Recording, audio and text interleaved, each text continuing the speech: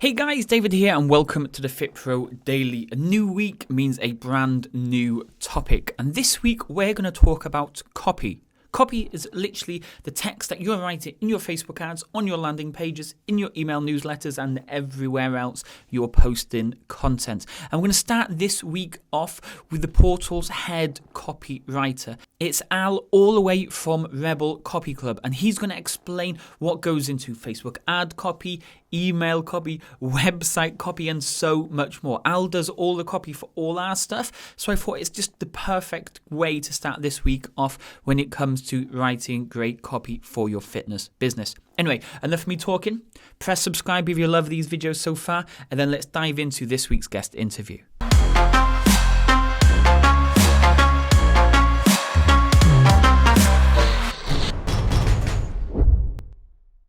Okay, welcome to this week's guest interview. This week we have Al, all the way from Rebel Copy Club down in sunny Southampton, I'm guessing. How's it going, Al? You okay?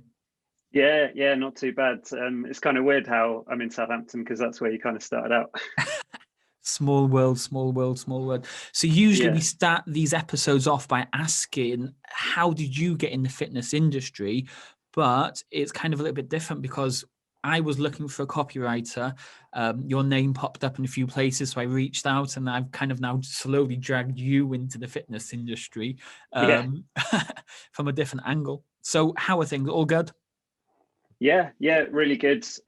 Enjoying working on different projects, more and more fitness related, but it's kind of cool to work when you get lots of different things to do. And I guess it's kind of the same when like working with loads of different clients with different goals in the fitness industry, where you might have like, you know, new mums that want to get back into shape, or you might also be working with like some fairly elite athletes, and like it's just really nice to have that mixture of different things to do, I guess.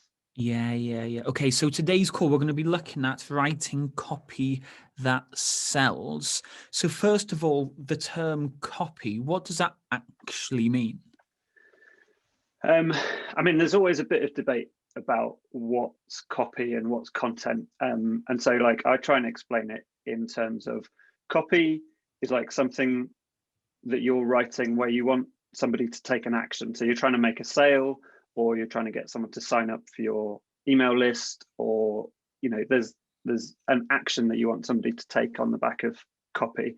Whereas content might just be, they might be training videos, or they might be materials that you're producing. It might be an ebook, or it might be a blog post, where it's, I guess, content is more information led, and copy is definitely got a focus on, I want the consumer to do something at the end of this, either buy my thing, join my gym, sign up to my email list so that I can contact them.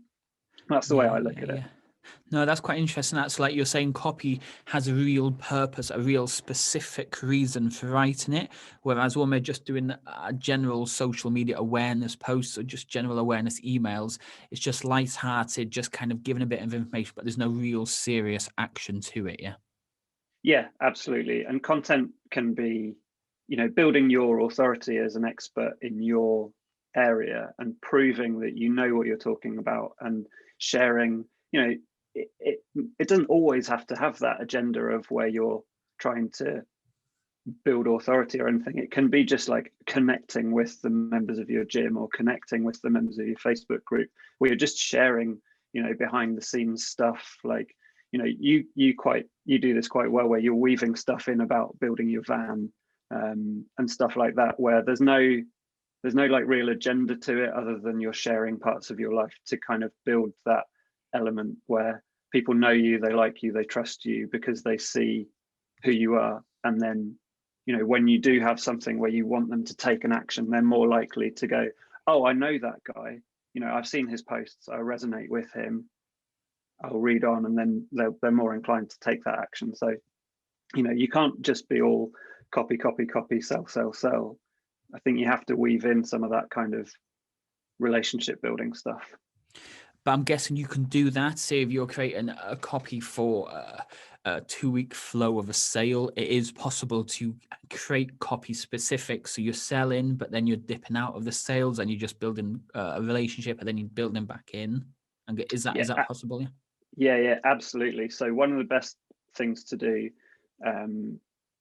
for that relationship building side is when you get a new subscriber onto your email list, building out your welcome sequence where they sign up for your email list and they get that automated email from your email provider that says, great, you've subscribed, well done, you're in. And oftentimes that's it, that's all they get until a week or two later they get the sales pitch or they get whatever's coming. But what's better than that is to have your like 7 or 10 day autoresponder where over at least the first few days you're just introducing yourself, you're getting to know them, you're giving them the opportunity to ask you questions, you're telling them your backstory. Some people call it a soap opera sequence or a hero's journey. You're like introducing them to you and helping them to get to know you. And the long-term benefit of that is they're like, right, I see his emails all the time. I know he talks about stuff that I'm interested in. I know I relate to him on the basis of shared interests or common ground. And then when they get that sales email interspersed with some of the content emails, they're more likely to open it, read it, click it than, if you only ever email your list every 3 months when you've got a sale to make, because you're short on cash and you're like in this position where you just like need to make some sales, then those emails don't come off very well. Yeah. So let's go into the research side of it then. Can you write copy in just 5-10 minutes sat on a sofa, just write a piece out? Or do you have to put serious research into how you're writing this piece? So it's really funny you ask that. Like, that's the first thing that I was going to talk about was this idea of like I refer to it as being like, what's the problem? So people, your members deal with lots of different types of people. Lots of different people want to get fit or stronger or healthy or whatever for lots of different reasons. So you need to know the problem that your client has in order to know that you can be the solution to that problem. Because if you're, I don't know, like if your specialty is weight training for like powerlifters, then the language that you're going to use to talk to them is totally different than if you've got a gym and you specialize in over 30s that are a bit overweight and are starting to realize that they need to change their lifestyle to have better quality of life with their kids. Like, so knowing who you're talking to and what the problem is that they're actually facing is 100% the first key that you need to establish. So you need to think about when you're going to sit down and think, okay, I need to write some emails, or I need to redo my sales page, or I want to put this offer out there. You need to really be thinking about like who it is that your offer actually is for. And if you can be as specific as possible about that, then that really helps. And it's much more difficult when you're just getting into it. If you're a new coach or a new gym owner and you haven't really had this experience before, and you haven't got like 10 or 20 or 50 people that you've already worked with that you can kind of pull that image into your head. Sometimes you have to make somebody up, and you're like, right, I want to work with Deborah. She's 28. She's just had her first kid. She's not got a huge amount of spare time because she's also working. Like, put yourself in that position of identifying who it is. When you've had a few clients, sometimes it's easier to just pick one of them, like your favorite client, the one that you wish all of your clients were, and then say, right, Steve was great. I loved working with Steve. And this is what Steve looked like. This is what Steve did for a living. This is what Steve struggled with his diet. This is what Steve struggled with in terms of time, because he did have kids. He didn't have kids. He had a high powered job. He had no job at all. Like you identify all of those things about that person, and then you try and speak to them. Nice. And that's kind of what I put down next was avatar coming up. I'm guessing knowing your target audience well enough makes it so much easier to write the copy, or to write copy that's compelling and makes them actually want to take action because they've read it. Yeah, absolutely. And I think, again, coming back to your stuff, yours is a prime example where you were talking about, like your inspiration was your experience of helping your mum, and so you had this person in your mind that you knew that you could help because you understood their issues, you understood where they're coming from, you understood the obstacles that they faced, and you have a solution that meets those criteria. Whereas if you just want to get more clients into your gym and you don't care who they are and you don't have any idea where they are, what they do, how to reach them and what to say to them, then it's much more difficult. But it is easier to fill a gym or a program or a course or whatever you're selling. It's easier to fill them with like 5 or 10 of the same kind of people than it is to just try and appeal to everybody. Yeah. Okay. So let's talk about the style of copy then. Do you have to go with a style that's working, or can you have your own style to the way you write? I always recommend trying to write how you talk.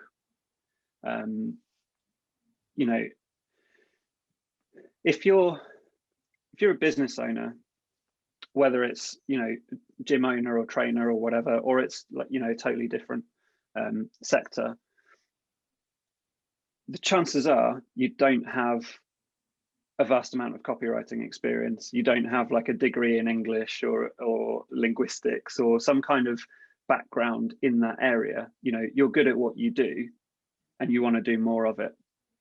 So one of the things that comes off probably the worst in copy is when you try to write in a style that you think, like I need to write grammatically correct. And instead of writing he's and I'm, you're going to write he is and I am. And it comes across as like really forced, whereas copywriting it's okay to break the rules. It's okay to do things that you wouldn't do if you were still at uni and writing your dissertation. Copy is about you reaching out to the audience that you want to engage with and making them want to reach back to you and join your program or buy your thing. So try and write the way that you speak. And again, if you imagine that you're having a conversation with your ideal client and talk to them in the language that you would use, so again, it comes back to knowing who you're talking to. Someone that has never been to the gym and just wants to get a bit fitter for, lifestyle reasons, doesn't need to know the technicalities of why you've got this particular weight system in your gym or, any kind of specific details. They need to know, like, is it going to be accessible to them and all those kind of things. Whereas someone who's like an elite athlete that's coming to a specialized training center, they need to know that you've got the background, the resources, the equipment that they need. So they might want industry jargon and technical terms and abbreviations and acronyms, like where you just use the initials of something because everybody knows what it stands for in the industry. But Tina, the young mum, she doesn't need to know all that. She needs to know that it's going to help her. Yeah, and that comes again back to the avatar. When you're writing the copy, whether it's just an email or a website or literally anything, you have to talk their language, use the terms and words that they understand. Like if you started talking to somebody who had no idea about gym at all, and you're like, yeah, we're gonna do some hypertrophy training and stuff, you'd lose them because they don't know what that means. And I'm guessing that would put them off as well because they feel threatened that they don't understand this language. 100%. They don't understand what you're talking about, so they think, well, that's not for me then. That's for somebody else who understands that. So they think, I don't understand, therefore if I go to that gym, I'm going to be surrounded by other people that are like way beyond me in terms of what they know about fitness, and it's going to be an intimidating place to be. and I'm not going to be comfortable there. So Mm. I'll just scroll on. I'm not going to engage with that content. And it works exactly the opposite way. You know, if you're not hitting those points that somebody at the other end of the spectrum needs to know about your facility, then they're going to think, oh, this is just some lame, everyone's welcome kind of gym where, you know, there's no like fire there. Yeah, You yeah, know, yeah. it's too basic for me. I need more.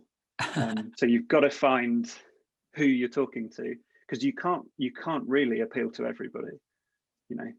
No, and that's key. Like when you write stuff, it needs to attract the people that you want to work with and repel the people you don't want to work with. So let's look at the length of the copy next. Like, does it have to be a certain number of words? Does it have to fill a certain number of pages, or can it literally just be a couple of sentences?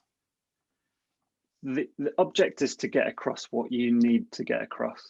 Okay, if you think that you need to come up with like a 5 or 10 page sales letter because that's what somebody else is doing, then you're building yourself this challenge to create something which is really difficult to do, to piece together like a huge sales letter or sales page, which you might not need. So shorter is often better. That goes for words, sentences, paragraphs, and pages. Shorter is often better, because if you can get across what the person needs to know to make a decision, is this the kind of thing that I'm interested in or not? And it's easier to access that if you give them what they need and don't fill it with a whole load of fluff that they don't need, trying to use fancy words and phrases and trying to build out really long, complicated paragraphs when actually just a sentence would do. So, you know, depending on the industry, sometimes really long form content of, you know, thousands and thousands of words is kind of the done thing. But in my view, if you've got a simple proposition for somebody and you want them to be able to easily say, yeah, this is for me, or no, this isn't for me, because as you said, repelling the people that aren't your ideal customer is kind of just as important as attracting the ones that are. If you can help them make that decision sooner and say, I've got all the information I need, where do I sign up? Then that's what you want to do. So yeah, don't use long words where a short word would do. Don't use a long sentence where a short sentence would do. Don't use a massive paragraph when a couple of short sentences would do. And don't try and spend hours and days writing a massive long form sales page when a short, simple one would do. Nice. Okay. So someone's feeling confident now. Okay, they're starting to understand the whole length of the copy. They're starting to understand their audience. They've questioned and asked all their previous clients and stuff, and they're getting excited, ready to write this stuff. Is there some sort of framework or some sort of system they should follow in order to get the best possible outcome, or should they just write it however it comes into their head and hope for the best? I mean, if they've never done it before and they just write what they think immediately and they get it out and it's on the page and it makes some sales, then that's great, you know. And if you're put off by the fact that you feel like you need a copywriting course to understand a template or a formula so that you can then put that back into your copy, then that kind of defeats the object of just trying to get the thing done. But there are two kind of frameworks that are really useful to think about, and they're just really general, so you can make this fit however you do. So the first one's called AIDA, which is AIDA: attention, interest, desire, and action. And that is basically the 4 steps that you want to cover in your copy. And it's especially useful, like if you think about, say, a Facebook ad, where the first step is attention. You want to get their attention. So that's things like having a good headline, having a good subject line on an email, Or with Facebook ads, it's often like the image, that it's a scroll stopping image to grab their attention. So that's attention. Interest is your opening paragraph, your first few words. You want to get the client's interest to say, how are you providing the service that they need? So that might be talking about the issues that they're facing, or it might be talking about aspirational things that they want. Like you'll see things about, getting beach body fit, or the summer holidays are coming, or people were talking about coming out of lockdown and being worried that they're out of shape or whatever. So talking about that, and then reinforcing that with the desire of what's their outcome that they want to achieve, whether that's elite performance, moving up to the next level, or whether that's just getting back in shape after a baby, or extending their healthy lifespan because they've got a family now. And then action's probably one of the most important bits. Give them a call to action. Say, click here, read this, sign up now. Have something where it's clear, like, if they've gone through your sales page and they can't see how to pay you, or how to join, or how to sign up, then you lose them, because they're like, right, what do I do next? So that's ADA. Get their attention, spark their interest, show them the desire that they have, that they have, because you've done your client avatar work, and then prompt them into action. The second one is PAS, PAS, problem, agitate, solution. So it's kind of flips it on its head. You talk about what the problem is. You introduce this idea of being out of breath when they're trying to play with their kids or whatever. That's the problem that overweight dads would face. So that's the problem. Then you agitate it by making them feel like, and if you don't do anything about it, it's only going to get worse. You kind of, it's like, I don't like to use negative types of copy, but it is a kind of, you're kind of putting salt on the wound. You're saying, this is your problem. Then you're going to show them why that problem is bad. And then you're going to say, and here's how we solve it. Here's how I am the solution to your problem. And then again, you want to give them some action that they can take. So tell them about the problem, agitate that, make them really acutely aware, so that they're sitting there nodding, saying, yeah, that's true. I took my kid to the park the other day and I was out of breath. What does that mean in 10 years time, 20 years time? And then give them the solution. Did you know that it can be as easy as coming to our gym once or twice a week? So yeah, those are two kind of good copy. So if we took frameworks. those two frameworks, then can we use those two frameworks in a social media post, in ads copy, in emails, in websites, landing pages, or do those different places, these different locations, require slightly different frameworks and templates? I mean, those can be as expanded or contracted to fit just about everything. So if you're tweeting, then you can fit attention, interest, desire, and action into 200 and whatever it is, 260 characters, 280 characters. You can if you try hard, because getting their attention is you can do that in one word. Overweight ? They're like, oh yeah, that's me. So it can be done like that. Or if you're writing a big sales page, then you can expand each section. You can go back and forth. You can mix and match, because you might want to address a couple, like on the same page.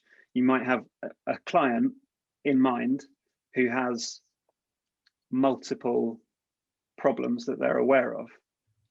So they know that they're slightly overweight. They know that their diet isn't great. They know that they're unfit. Those can kind of be separated out into different things. So you can expand on each section. You can do them in different orders. You can make it much, much longer. You can do ADA and combine it with problem, agitate, solution. But it's kind of, you need to fit the medium, obviously. So if you've got a big sales page, you can fill it. And if you are trying to do a Facebook ad, you can still do those points, but you just have a much smaller amount of copy to work with. Yeah. Okay, so let's look at you. You've created this amazing looking sales page that you think is really good. Should we almost be split testing, like having two separate versions, like we should with Facebook ads, so we can see which one is the better? Maybe you got a super long one and a super short one, and you're like, oh, and then you actually realize, yeah, you know what, the short one is the best one. Yeah, I mean, if you've got the setup and the tech ability, or someone that has the tech ability to do that for you, you should always be testing things, you know. So if it's sales pages and you can write a longer version and a shorter version, then yeah, do test them if you can. If it's say you've got an email list, if you can split the group and you can, send one lot, send them all the same email, but change the headings, change the subject lines, and test those, and then try and figure out what's the difference. And then the next month, if you do it again with similar options, you can figure out what your audience likes, putting in details like, so some people put in, your email software will be able to put in the person's name, so you could say in the subject line, even like, David, I've got an offer for you. Like, some people like that and some people don't. Some people think it's a bit creepy, and some people think, oh, he's talking to me, that's cool. And the same goes in the body. Like, some people stick in the name like 10 times in an email and it reads really weird. And other people just put it in like once or twice. If you can start to figure out, like, okay, so my list of clients likes emails where I tell them that there are 3 tips or 7 ideas or 7 meal prep, 7 recipes, and those always get opened. But when I just say like 50% off, like, people don't open those emails because maybe they think they're spammy or whatever. Then then you've got data. So then you send more of the emails that get a good reaction and less of the emails that don't. It's like, yeah, if you have to pay me. Yeah, totally. Yeah, click that ad, enter your credit card details. Okay, so just getting kind of close to the end now. So if somebody wants to get better at writing copy, what kind of tips can you give them to get better, to learn this stuff? So I mean, it's like everything. It's like going to the gym. You've got to put the reps in. If you want to get better, you can't just read about it or watch a video and then immediately expect your next one to be like, knock it out of the park completely. So practice makes perfect. Try things out, get feedback. In here you've got a group full of people where they can give each other feedback. I'm going to jump in and give people feedback on copy that they write. So yeah, just write, get stuff out there, post it for your friends to look at, post it in the group. Write like you speak. Don't try and be somebody that you're not because it's going on your website. Because if somebody reads this really formal, like, dissertation version of you on the website and then comes to your gym and finds that you're a totally different person that like swears and tells bad jokes and whatever, like, they're going to have this disconnect. They want to know who you are before they work with you. So practice, write like you speak. And a couple of other things which can be quite handy, like, try and avoid using landing page words. So unblock, unleash, those kind of words are overused on landing pages. So like, unleash your inner titan or whatever is like, it's a bit sort of over the top. Whereas if you just talk to people in the language that they understand and that they use themselves, they're not looking to unleash anything by coming to the gym. They just want to get fitter. So don't pepper those words in. And then another final one kind of is, instead of using a title like the best way to lose fat in under 4 weeks, if you ask a question instead, like, do you know the best way to lose fat in under 4 weeks? Like, that prompts someone to, if they see the first one, which is just like, the best way, they're like, oh, I can't be bothered to read that right now. Whereas if you ask a question, you're kind of putting it back on them to say, well, I think I do, but I'm going to read on to find out. Like it's just a little tweak, but it's surprisingly effective. Like ask questions to get people engaged, because people don't like open loops. People don't like to not know the answer.